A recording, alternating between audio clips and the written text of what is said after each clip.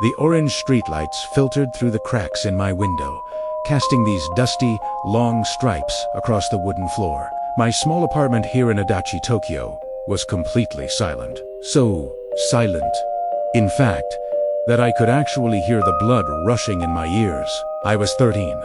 My name is Sora, and I was curled up under my blanket, just staring at this deep shadow, filling my mother's bedroom doorway. It wasn't the shadow of a person or anything I'd ever seen before. It was an absence, a thick, suffocating darkness that just seemed to swallow both sound and warmth. And the scariest part, it was moving. It all started with the storage room in the basement of our old apartment building.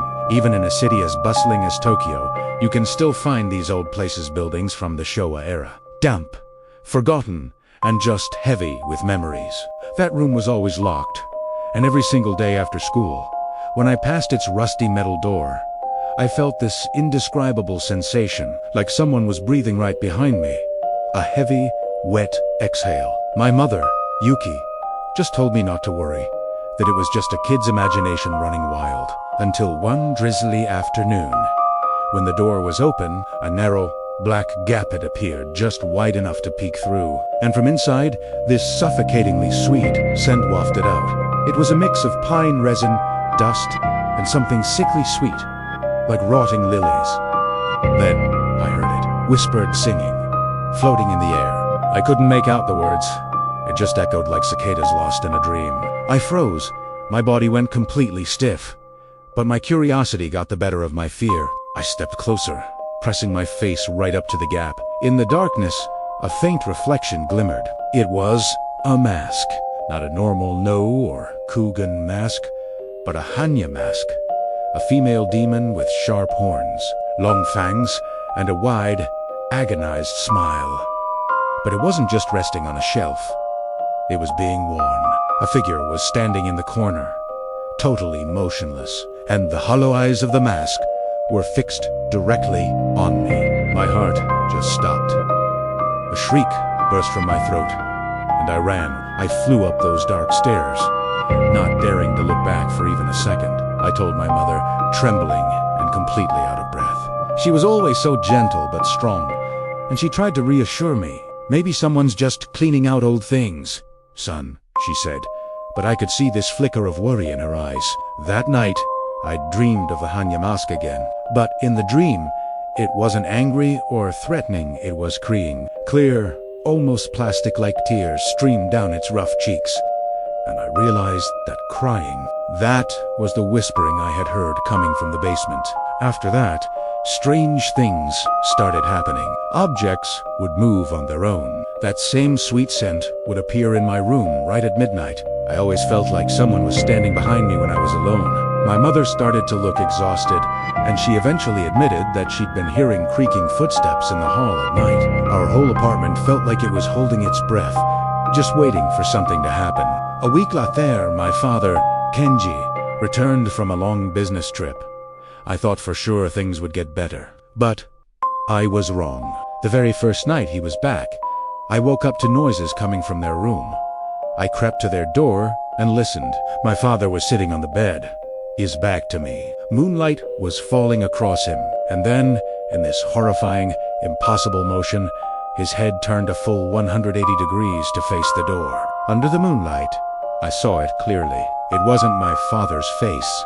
It was the Hannya Mask, with its terrifying smile fixed onto flesh, and its black, soulless eyes were staring directly at me. Primera vez que I slammed my bedroom door and hid in the bathroom until morning. The next morning, my father was completely himself again, asking me why I looked so pale. I couldn't say anything. The fear had taken root way too deep. I started doubting my own senses. Was I losing my mind? Or was the apartment itself driving me mad?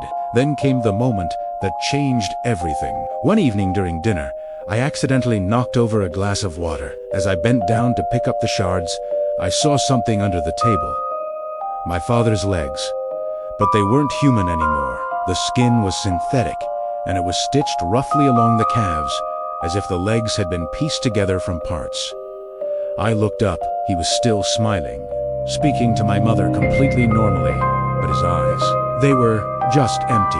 I couldn't take it anymore. I ran to my room and locked the door. As I stood there, trembling in the dark, the knocking began.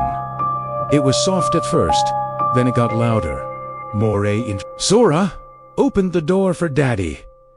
The voice was his, but it was flat, mechanical, hollow. I know. That's not you, I whispered. The knocking stopped. Dead silence, and then the door itself began to shake violently. Cracks appeared in the wood. A single black eye peeked through a new splitter pupil without any white around it. Then the door burst open. It wasn't pretending to be my father anymore. A tall, lanky entity stood there, wearing my father's old suit, but its head was the Hannya mask.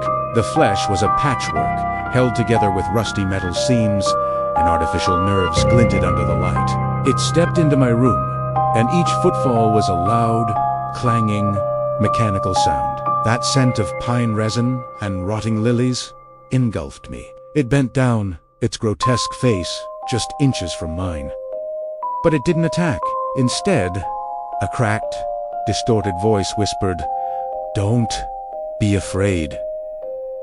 I just want a family." It held out a faded old photograph. It was a picture of a man and a woman smiling, with a small boy between them, but their faces had been torn away. I realized the suit it was wearing belonged to the man in that photo.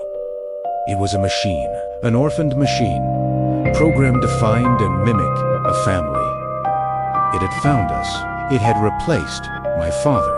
All the strange behavior. The mascot was just trying, so clumsily, to fit in, to learn how to be human. The Hannya mask, with all its grief and yearning, was the closest it could come to expressing a real emotion. I opened my eyes. It was still there, its head tilted slightly, like a lost dog. Its black eyes seemed to be filled with an endless sadness. Its cold, plastic hand brushed my cheek. A single drop of machine oil fell from beneath the mask, like a tear, and then it just left. I was left there, paralyzed with terror and a strange kind of sympathy. 3 days later, we found my real father. He was locked in a wardrobe in the basement but alive.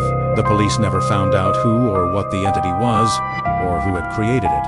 But tonight, as the streetlights draw those same lines across my floor, and the darkness in my mother's room stirs, I know it's still out there, and I'm not afraid anymore. I just feel this heavy sadness, because in the whispers from the shadows, I no longer hear threats primera, iere aplea, a plea to belong, to be loved, from a lonely mechanical heart, forever trapped in its own endless, tragic play. And sometimes, I wonder, are we, the flesh and blood humans, really any different?